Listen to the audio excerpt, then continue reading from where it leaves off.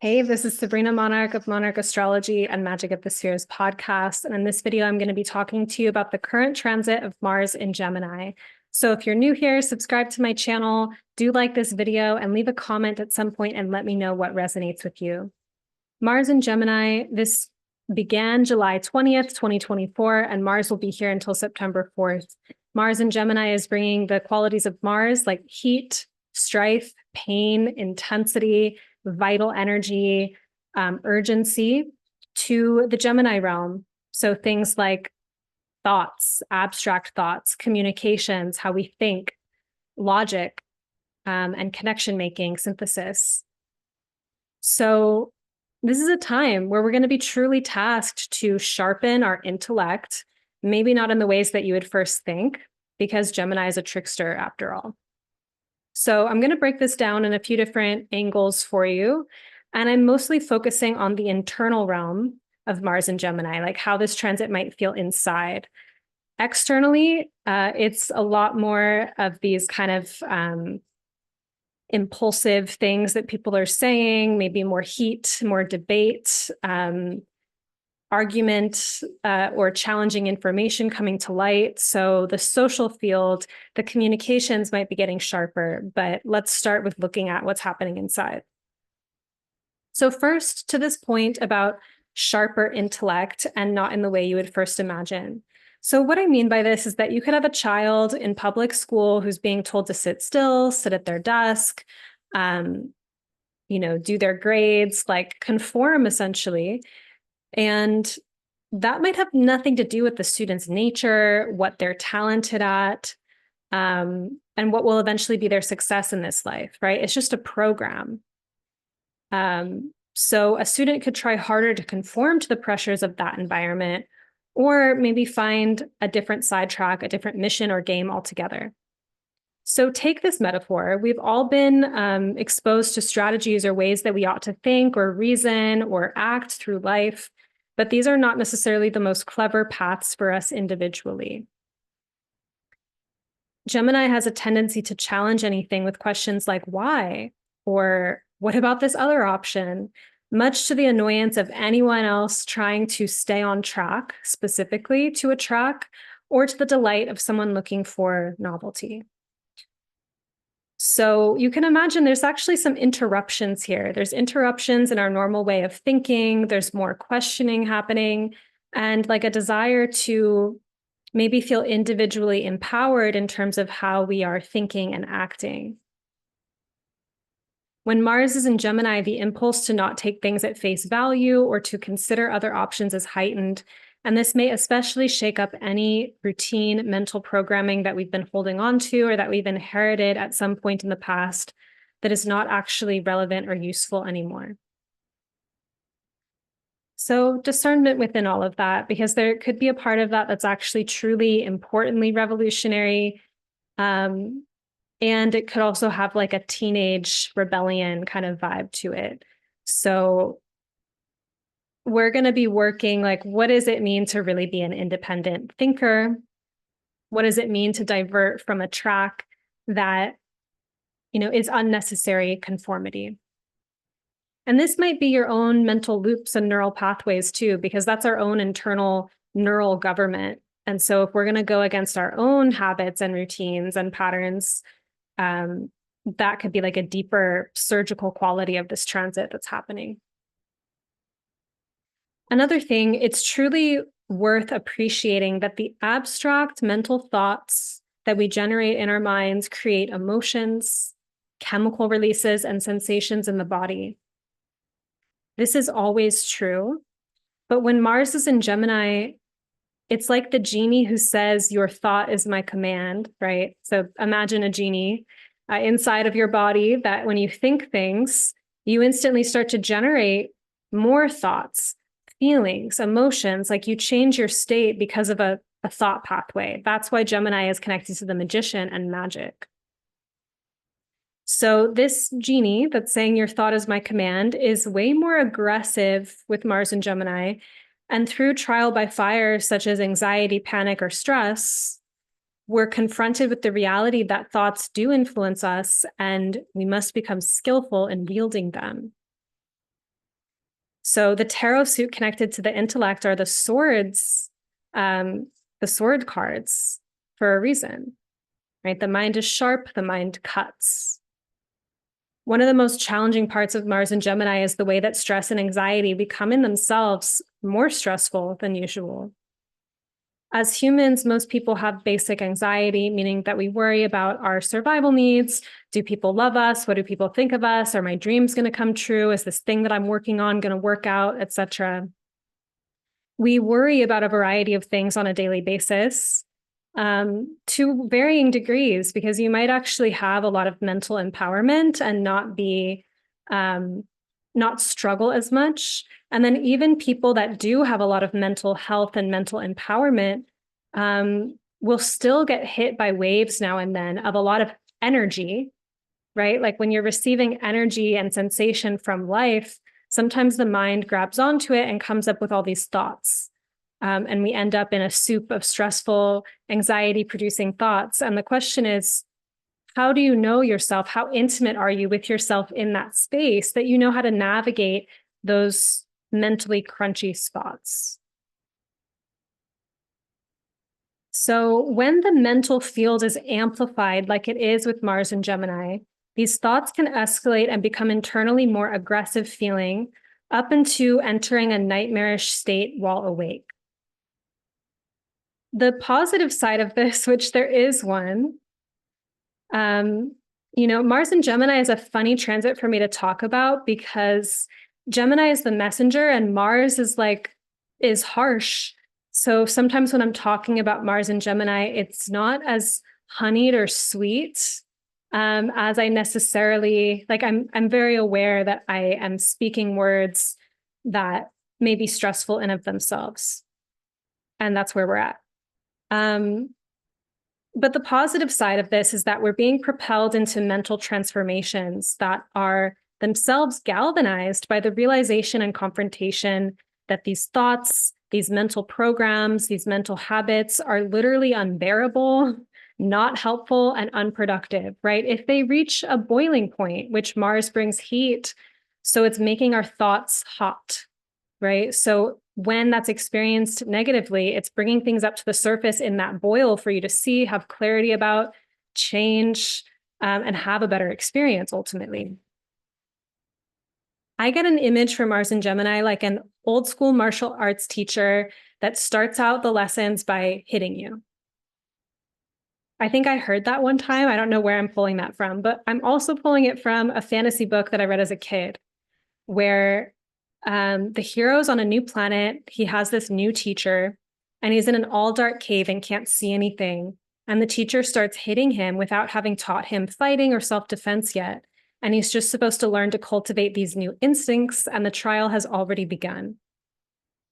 In some sense, I think this is an apt metaphor for Mars and Gemini because Gemini is very quick, witty, playful, kind of jester-like. And then you have Mars and Gemini, and it's someone that throws a curveball, right? Or keeps you on your toes. And also, the cosmic clock just turned to Mars and Gemini, whether or not any of us as individuals thought, hey, I would love to sharpen my independent thinking and my mental wellness and heal my anxiety this month. Gemini is a very clever energy that asks us to keep up. And Mars is the adversary, friendly or not. And I like to think friendly, right? A lot of my spiritual perspective is that everything in this reality is for us. If you take that perspective, it's different than the perspective of things are happening to us, right? That creates a lot of victimization and disempowerment.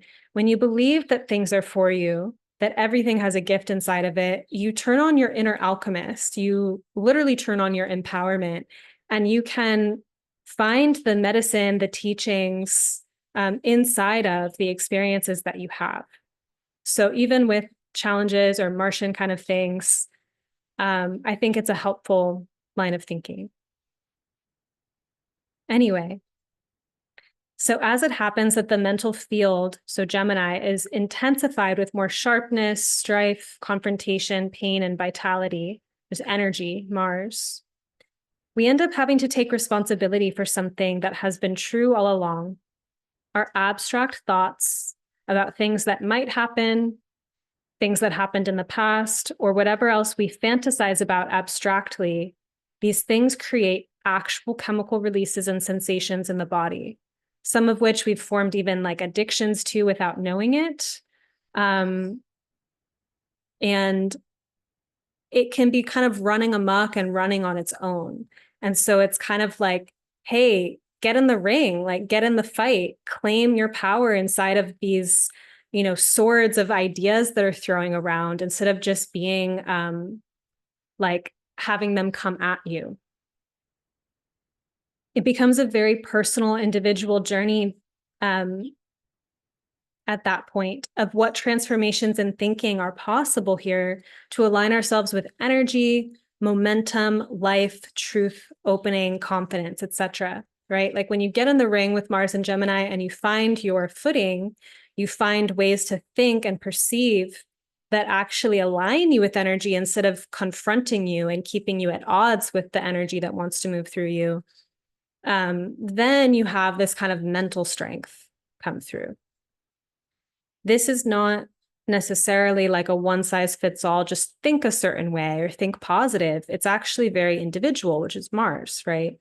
We each have our own unique labyrinth of mental logical structures, mental associations, and personal histories, as well as our own keys into what ideas, perspectives would uniquely touch us, lighten the mental load, and suddenly give us spaciousness inside of a space that we were previously feeling closed in on. So we'll give you an example. Playing with, working with my thoughts and mindset is, of course, something I've been passionate about for years. It is interwoven with my astrology practice, both personally and professionally. And how do you get to better mindset if you don't first struggle with mindset? Right? With challenge comes opportunity. Here's one that I thought of for this.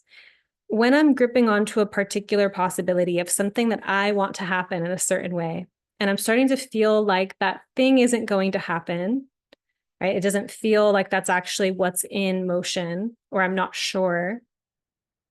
I start to relax into the thought that God loves me, which those words might not bring happiness to everyone, but for me, that thought is playful.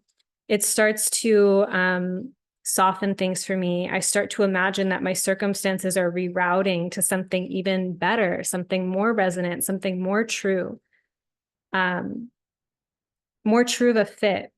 This then opens me to feel trust in the path and relax into how things are unfolding, and to be receptive to possibility. And this is, of course, as opposed to mentally interpreting the original thing that I wanted my way, and then thinking of it as the only way, becoming scarce about it, feeling deprived, feeling like I'm going to be worse off without it, and that everything's crumbling down around me. Either way that I choose to interpret the flow of events as something catastrophic or as something as a stepping stone to the life that God is making for me, right? Just we're playing with ideas here. I know it is a combination of personal will and universal will.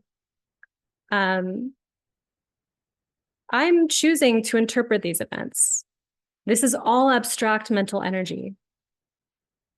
The question is, if the interpretation I have energizes me to live my life, helps me relax, helps me go with the flow and the momentum, or, gives me connection to my own willpower and capacity to move and whatnot, all of that.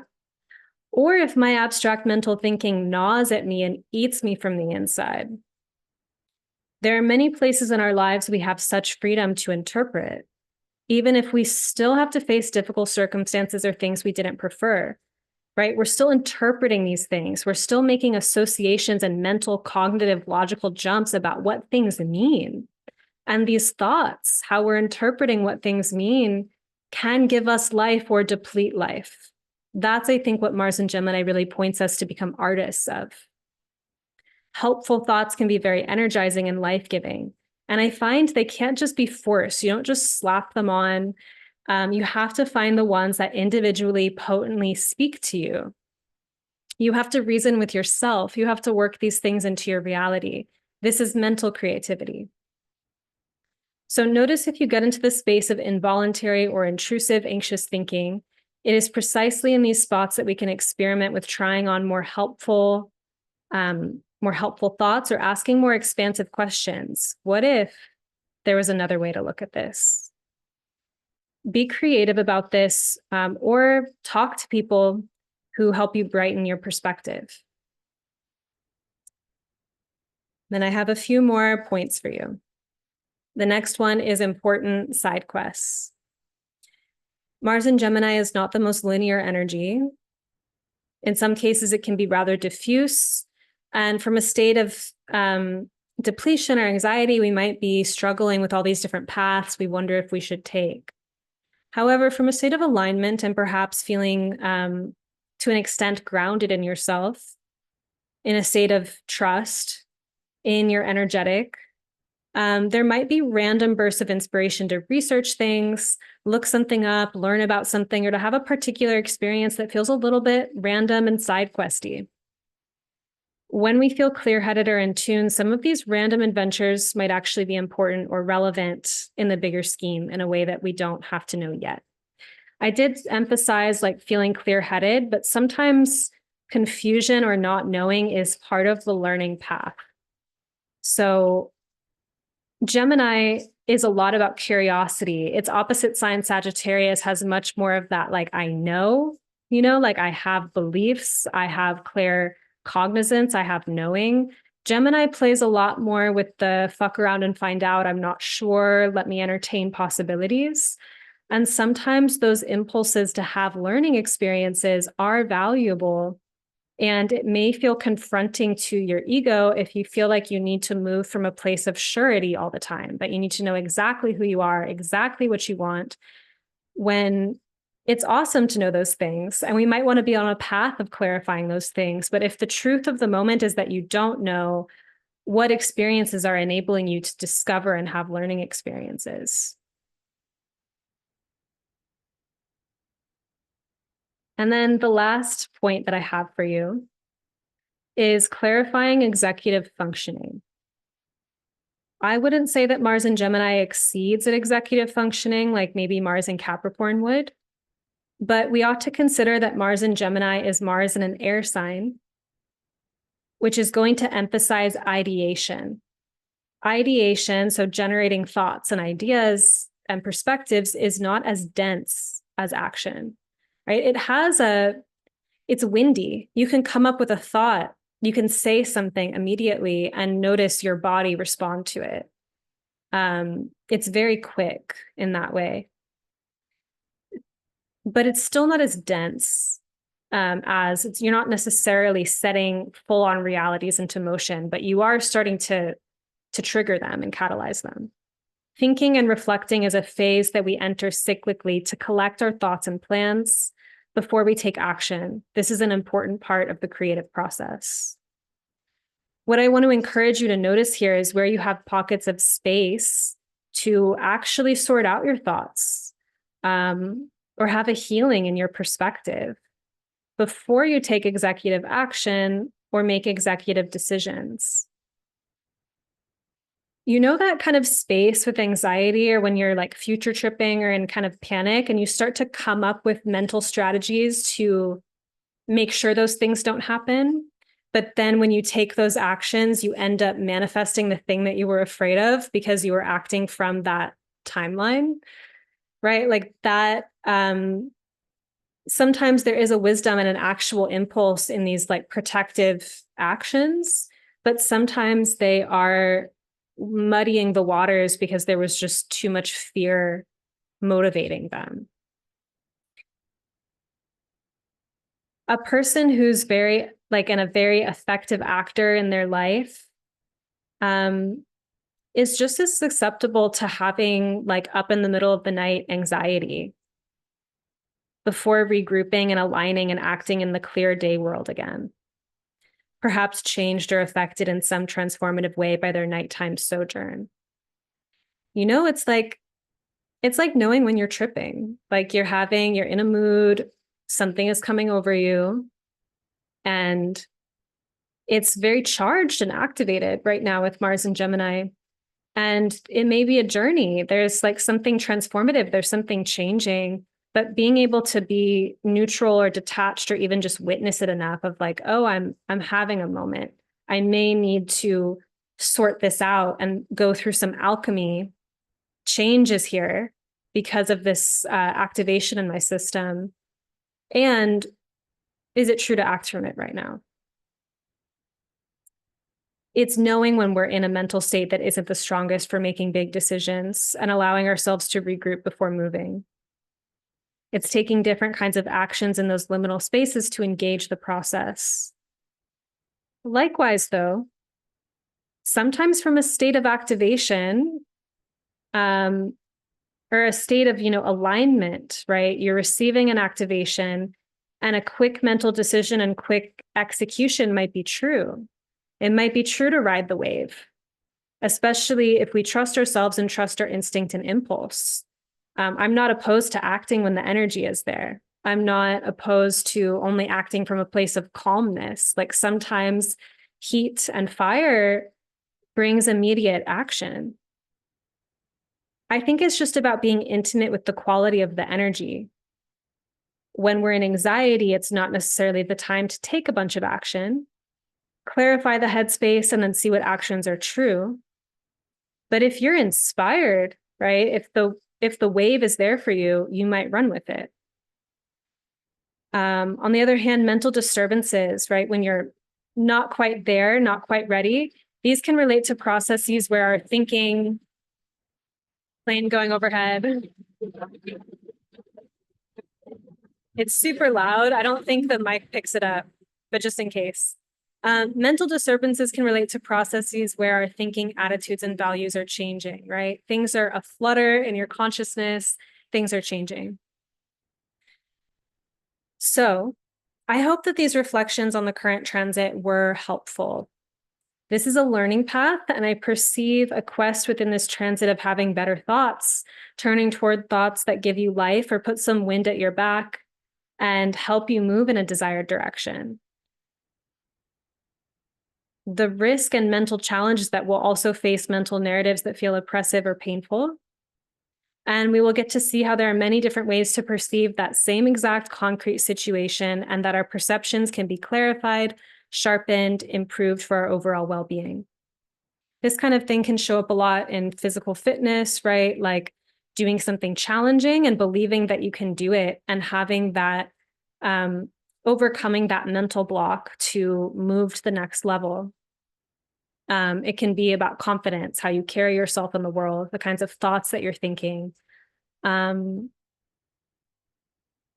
can show up a lot with fear, right? Knowing when sometimes like just getting really honest of like, what am I afraid of? And are there other ways to think about this, right? Or what would happen if I face these possibilities or these fears? Being more curious right now about the things that are at the edge of our discomfort, because the way that we're thinking about things is likely going to undergo some kind of change. And there's a catalyst for that change with this transit. I did focus a lot on the mental with this forecast because that's so apparent with this transit. But of course, being in your body, doing things that are just embodied more so, getting the energy moving, dance, exercise, breath work, anything. We can be multimodal about how we address a transit like this, and move our vital life force energy. There's a lot of strong thoughts, right? As I've been basically conveying throughout this, the mental field is stronger. And either you can catch your body up too to holding that, so expand your capacity to be with the energy, and you can also refine your mind, right? Because the way I look at it, there is a part of our mind that is hardware, like it's our brain, it's our neural pathways and whatnot. But I also think that there's a part of our brains and our consciousness, our bodies, where we're more of a channel, where we can pick up on information, right? This is true if you have any kind of psychic experiences or you feel things in the world, in the field and whatnot. Or if you're an artist or you have a relationship to the muse and you get these inspirations, you get visions and whatnot. Some ideas that we receive come from somewhere else and we simply channel them. So if you think about your thoughts as not always just being your own thing or something that lives inside of your body, but also that you can open to energy. I love to do practices where I tune into the Akashic records, or I open my crown and open myself to universal healing energy, or I ask the universe to help me shift my thinking on something that I'm too limited about in my egoic human personality thinking, and I want to open to something bigger. There's many different ways to be creative about expanding our general and our mental well-being in dealing with energized airfields. It's what we can just call Mars in Gemini. Let me pause here to remind you that I am running a Kickstarter to fund a year ahead of Magic of the Spheres podcast and astrology forecasts like this. If you're watching this on YouTube, I also have a podcast. You can hear these on the podcast and also find interview episodes that I don't share on YouTube. Currently, we have 44 backers, $12,000, $12,918. We're still working toward that 24,000 goal. That's the minimum goal that we need for this campaign to be funded at all. We have 18 days to go. There's a lot of you here on this channel, so I think it's actually possible. But the thing is, you got to come through and you got to help this campaign be a success if it's going to be. It really depends on you in that sense. So I'm running this campaign to ask for your support, basically putting out the tip jar of if you love this content, if you love my channel, if it's benefited you in your life to hear my transmissions, to support me in creating this free work. I create a lot of free to the public work that's not behind a pay gate, which I actually love doing. I love participating in a public conversation and being able to reach people, and just being able to share like these transmissions, not have them behind ads or pay gates or things like that. I do deeper work with people in terms of my coaching work, one-on-one mentorship, my teaching, my class containers, and astrology readings. So through the Kickstarter, if you love what you've been tuning into here and you want to support it for a year ahead, not only are you supporting it alone, but you also can pledge for a variety of rewards, some different talks like about the year ahead. This is going to be super inspired. The Struck by Lightning talk, it's going to be about Uranus and archetypes of awakening. There's a variety of astrology readings that you can book with me, a glamour magic course, which I'll leave the link to in the notes here, a discount to the Evolutionary Astrology Intensive, a whole $1,000 off. And then you can also bundle the Glamour Magic and EA Intensive course together, which we have a few backers on that so far. So the Evolutionary Astrology Intensive, you may have heard me talking about this because I've been teaching it since like late 2017. It is a beloved program. Hundreds of students have gone through its doors. You can check out the course page to read testimonials and people's experience. But this course is how I transmit the lineage of evolutionary astrology, which is a soul-focused form of astrology that really works with Pluto and the lunar nodes at a technical level to look into your soul's like narrative. Why are you here? What have you brought in from prior lives? This information is catalyzing, penetrating, profound.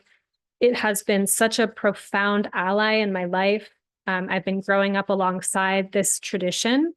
I find it is really a wisdom school, and I think it's really powerful. My students have described the course modules as psychedelic, right? That I help them through these modules really tune into the feeling of different archetypes, so that rather than being very academic or bookish per se, which isn't bad, that's part of astrology, that you form your own intuitive relationship to the archetypes. The class is intimate. It's conversational. I get to know all my students. I reflect you. I reflect things back in your chart. It's really important to me that the space has a lot of dialogue, because I think that's how we learn and really put these things into practice and become fluent with astrology. So that course is coming up in October, and you can get a really big discount through the Kickstarter.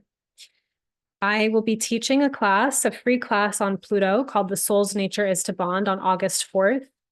I'm linking that in the notes if you'd like to sign up for that.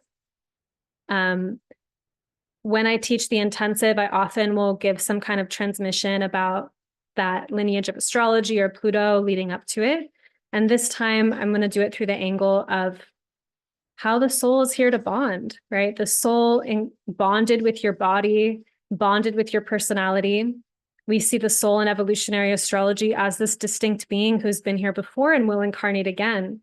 And so what about your life, your personality, your circumstances was your soul so attracted to that it was like, this is the life I'm going to jump into. This life reflects the lessons, the things that I want to learn and do here. And then throughout our lives, how we're constantly bonding with experiences, with people, with ideas, and so on at a soul level.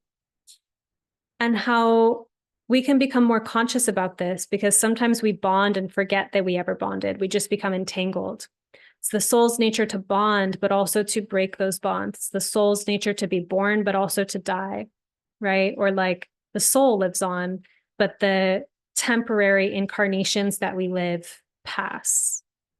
And so in a microcosm way of that in our lives, we will have a whole life with a certain thing that we bond to, a certain energy that we bond to, and there will also come a time to break those bonds.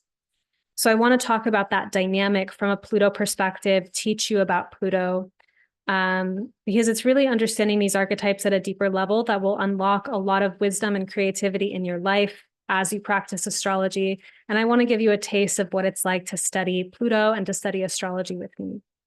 So do check out the Kickstarter. We just have 18 days left. We'll say that August 11th really is that last day to back it. Be generous if you have the means. Help us get to that 24,000 goal. I think with the audience size and number of people who tune in, we definitely can get there. So I'm just really appealing to you, if you love this channel, if it's meant something in your life, to please give back and support this campaign. It really means so much to me. Thank you for everyone who's already come out. And I can't wait to work with you, have you in class. Thank you so much for being in my community. Thanks for watching my videos, listening to the podcast. I love you. I hope that this was all helpful, and do drop something in the comments and let me know what resonated with you. See you again soon.